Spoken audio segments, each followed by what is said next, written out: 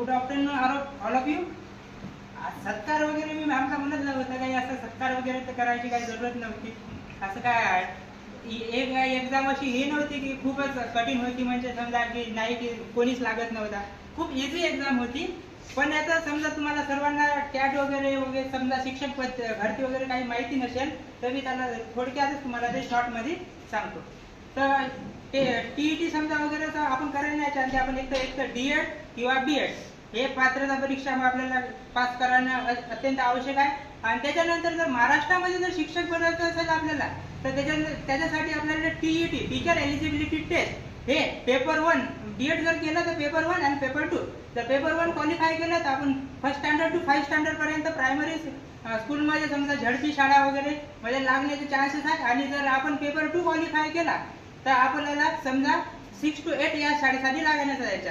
आणि डीएड वगैरे जर आपण केलं तर ते 9 स्टँडर्ड ते 10 स्टँडर्ड साठी त्यांना पेपर 2 क्वालिफाय करायला लागते. तर त्याच्यामुळे हे झालं आपल्या महाराष्ट्रासाठी. जर आपल्याला जर केंद्र शासनमध्ये समजा शिक्षक पात्रता परीक्षा वगैरे मध्ये पास करायचं असेल तर आपल्याला त्याचे पण बोथ पेपर असतात, एक सीटीटी आणि एक सीटीटी 1 आणि सीटीटी 2. जर ते जर क्वालिफाय केलं तर अनफॉर्च्युनेटली मी जर 4ही पेपर दिले होते पण माझं सीईटी मध्ये काही सिलेक्शन झालं नाही.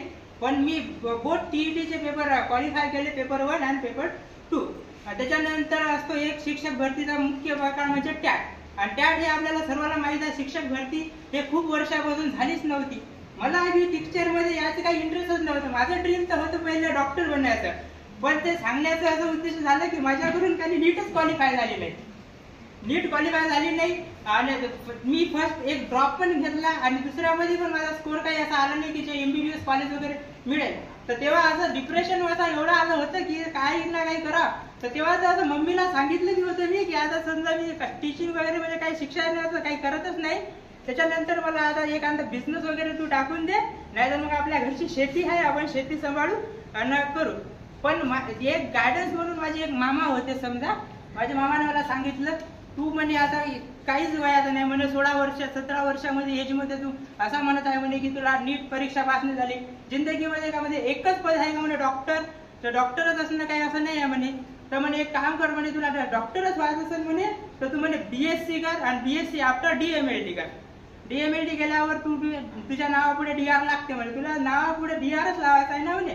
तर मग मी त्याच उद्दिष्टाने मग बीएससी कडे गेलो. आणि त्याच्यात मी सांगता सांगता बीएससीचा फर्स्ट सेम माझा 2 सब्जेक्ट बॅक राहिले. आता मग काय करावं आता, मग मला वाटलं बीएससी पण आपल्या बच्ची बात नाही वाटते म्हटलं.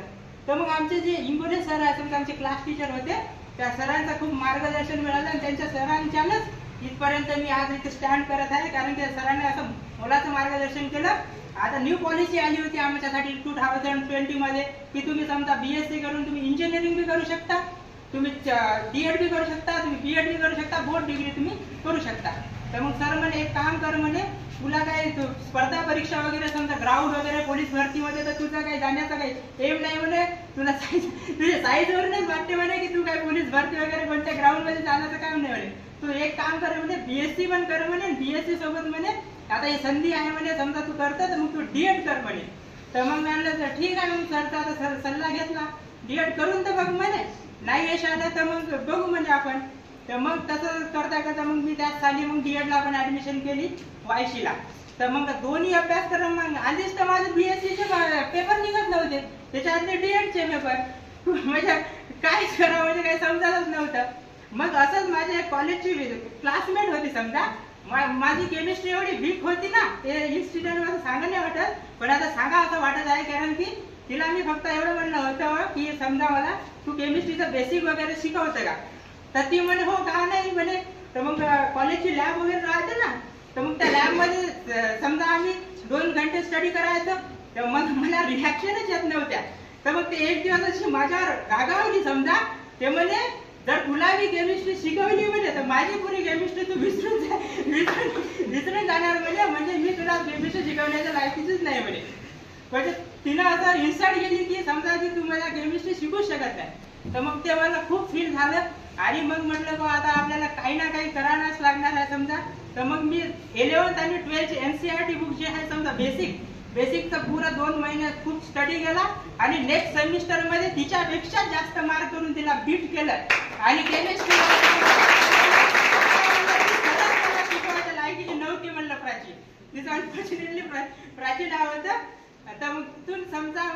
प्रेरणा भेटली, अजून पण इन्सिडेंट झाला. मग थर्ड सेमिस्टर मध्ये तू डायरेक्ट म्हणे ओपन चॅलेंज म्हणे, तू आता थर्ड सेमिस्टर मध्ये बघ म्हणे, थर्ड सेमिस्टर मध्ये बघू म्हणे. मग आता तर मग थर्ड सेमिस्टर मध्ये अजून तिने मला बीट केलं केमिस्ट्री मध्ये. तर मग आता असं झालं तर ठीक आहे म्हणलं, आता तर आपल्याला काय करायला नाही लागत. पण जेव्हापासून फोर्थ सेमिस्टर आले तेव्हापासून ती माझ्यापर्यंत पण आली नाही कधी केमिस्ट्री मध्ये. आणि याच वर्षी मी समजा आमच्या कॉलेजचा टॉपर म्हणून गोल्ड मेडलिस्ट मला मिळालेला आहे. समजा तो आमच्या कॉलेजमध्ये छोटासा प्रोग्राम तो वितरित करण्यात येणार. आणि अजून सांगायचं आता तुमच्यामध्ये सर्व क्रिकेट लव्हर्स तर असणारच आहेत. तर क्रिकेट लव्हर्स असणार आहे तर आपल्याला समजा मी डाय हॅड फॅन होता आरसीबीचा. आरसीबीचा डाय हॅड फॅन होता. आरसीबीने 17 वर्षापासून कधी काही कप जिंकत नव्हती. तर एवढे चांगले चांगले आपल्या टीम मध्ये प्लेयर असून किंवा एबी डिव्हिलियर्स सारखे, क्रिस गेल सारखे प्लेयर असून काही आपले आरसीबीने आपल्या याच्यातनी काही जिंकलं नव्हतं. पण हे वर्ष जे होतं समजा खरंच आमच्या सारखे स्ट्रगल करणाऱ्या जे डफर असतात म्हणतात ना, जे डफर असतात त्यांच्यासाठी जे अचिव्हमेंट करण्याचं वर्ष ठरलं. समजा की आरसीबीने आफ्टर 17 इयर्स फर्स्ट कप त्यांनी जिंकला. तो इन्सिडेंट इथंच ना थांबता, साऊथ आफ्रिकाची जी टीम आहे त्यांनी आता लोक पण कधीच समजा वर्ल्ड कप जिंकला नव्हता. त्या आयसीसी ट्रॉफी म्हणजे त्यांनी कधी जिंकला नव्हता. म्हणजे WTC झाले, वर्ल्ड चॅम्पियनशिप ऑस्ट्रेलिया सारख्या टीम सोबत. आता ऑस्ट्रेलिया तर तुम्हाला सांगण्याची जरूरतच नाही. जेव्हा पण ऑस्ट्रेलिया येते म्हणलं की समजूनच जायचं की कोणाचं विनर होणार म्हणून काही सांगताच येत नाही. पण त्या टीमला बी समजा टीमला बघू असे समजा साऊथ आफ्रिकाचा कॅप्टन आहे. आता तिकडे तर असं म्हणतात समजा ब्लॅक अँड व्हाईट अशी सिस्टीम आहे समजा. तर तिथं ब्लॅक अँड व्हाईट वगैरे जे समजा त्यांना जास्त प्राधान्य देत नाही. पण तो आरक्षण मधून असं म्हणतात. तो आता ते चुकीचं आहे का नाही आता ऑल मला तेवढं काही प्रॉपर माहिती नाही आता. पण असं म्हणतात की जास्त तर तिथं गोरे समजा जे असतात ना तेच कॅप्टन होतात. पण आरसीबी वाले जे कॅप्टन झाला समजा, सॉरी साऊथ आफ्रिकाचा जो कॅप्टन झाला टिम्मा बुबुंगा, त्यांनी पण समजा आफ्टर 27 इयर्स मध्ये त्यांनी वर्ल्ड कप त्यांनी जितवला. आणि तो असा फर्स्ट कॅप्टन ठरला जे साऊथ आफ्रिकेच्या इतिहासामध्ये की त्याने एवढं मोठी अचिव्हमेंट करून दाखवली. आणि हेच गोष्ट इथंच न थांबता लेजेंड साऊथ आफ्रिकाची टीम आहे समजा, त्यांनी तर 54 वर्षानंतर फर्स्ट वर्ल्ड कप जिंकला. तर म्हणजे बघा मित्रांनो, आता माझं तर वय तुमच्यापेक्षा खूप लहान आहे. मी समजा तुम्ही माझ्यापेक्षा खूप असं मोठे दिसता.